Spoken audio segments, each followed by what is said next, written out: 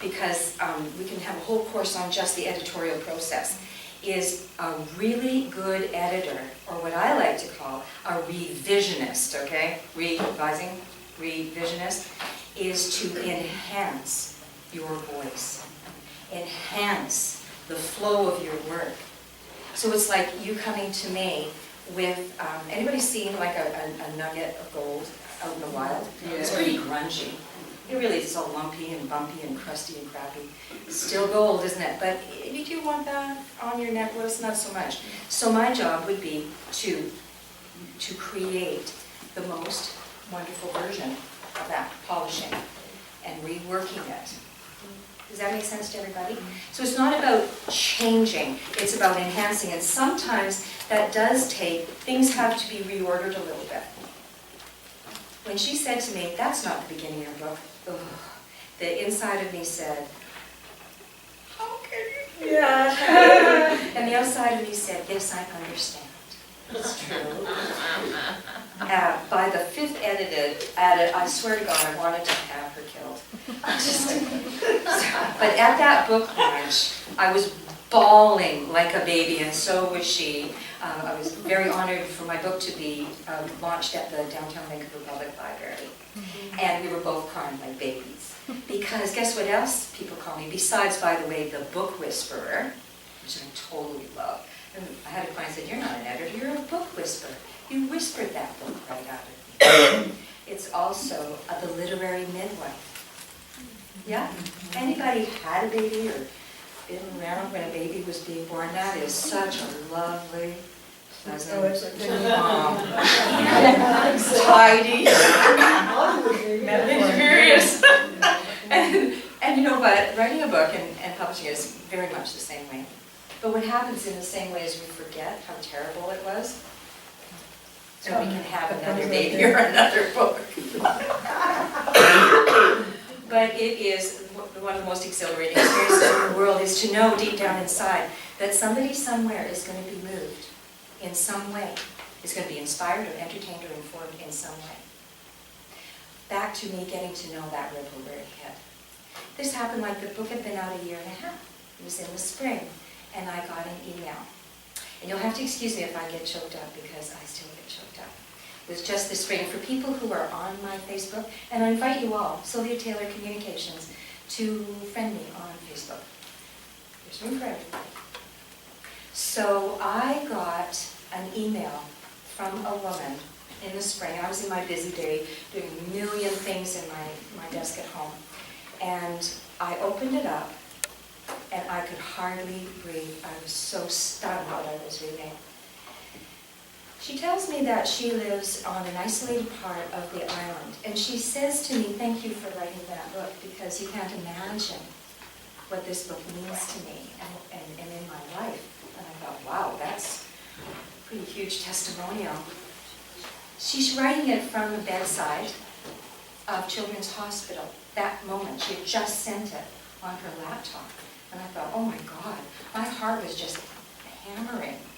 And she said, I'm sitting here at the bedside of my daughter, who's fighting for life.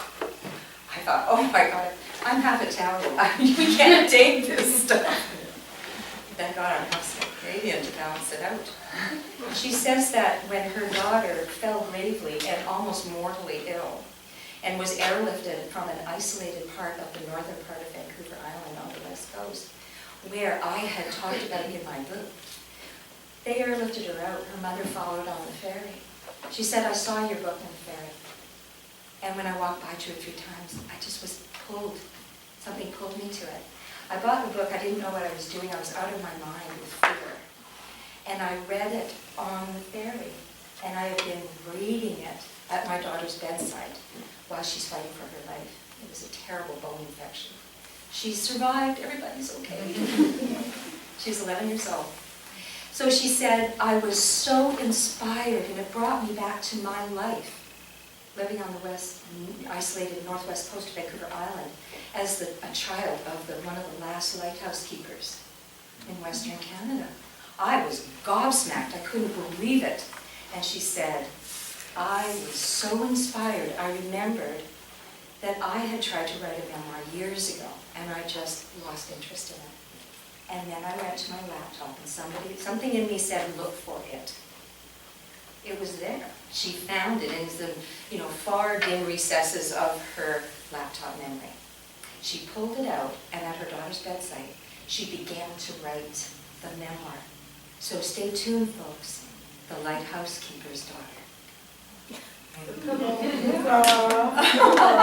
It was so astounding. I could not believe it, and I thought, oh my God, this is such a blessing, because I got to see directly, like, there's nothing vague about this. This is the real deal. That I helped lift somebody. She says, I was so inspired. And just to remember that, another time in my life, where I was living in the lighthouses, and you brought that word all back to me again. And that was so critical, is that you brought me into that world again. So that's what they want out there. That's what the readers want. That's what publishers want, the agents want. They want you to bring them into your world. Right?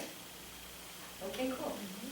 So really quickly, an autobiography is the story that you write yourself about the whole course of your lifetime to this time. The whole course of your lifetime. That's autobiography. A biography is you writing about the whole course of somebody else's lifetime. And this is very simplistic, but just to clarify. Memoir is any part of the span of your life. This is a memoir. It covers, well, in reality, 3 5-month seasons of fishing. But in here, I treat it as one season is all brought together. It's poetic license. And so this 5-month period of time is a memoir. You can write, kind of basically one autobiography. You can write 1,000 memoirs, right? Does that make sense? Yeah, so memoir is so fantastic, and so that's why I kind of created another word for it, life story. It's a story about a part of your life, to remind people that you can write as many stories as you can possibly remember in your life. Does that make sense? So that's memoir. So that's what we're kind of focusing on, is choosing a moment. Anybody here had a moment in your life so stunning, and it could have been something quite subtle, but so stunning that it just reverberated inside you? Could you not write a whole book about that one thing? Just that moment. You can write about a moment. You can write 100,000 words about it. A moment, an hour, a day, a week, a month, a year, a decade, it doesn't matter. Because what do we want? We want to be connected. We want to be connected to other people's experience. We want to see how other people work through stuff. If not exactly what we're going through, something we want to go through. If it's not something we want to go through, and something that we don't want to go through. But we want to be connected.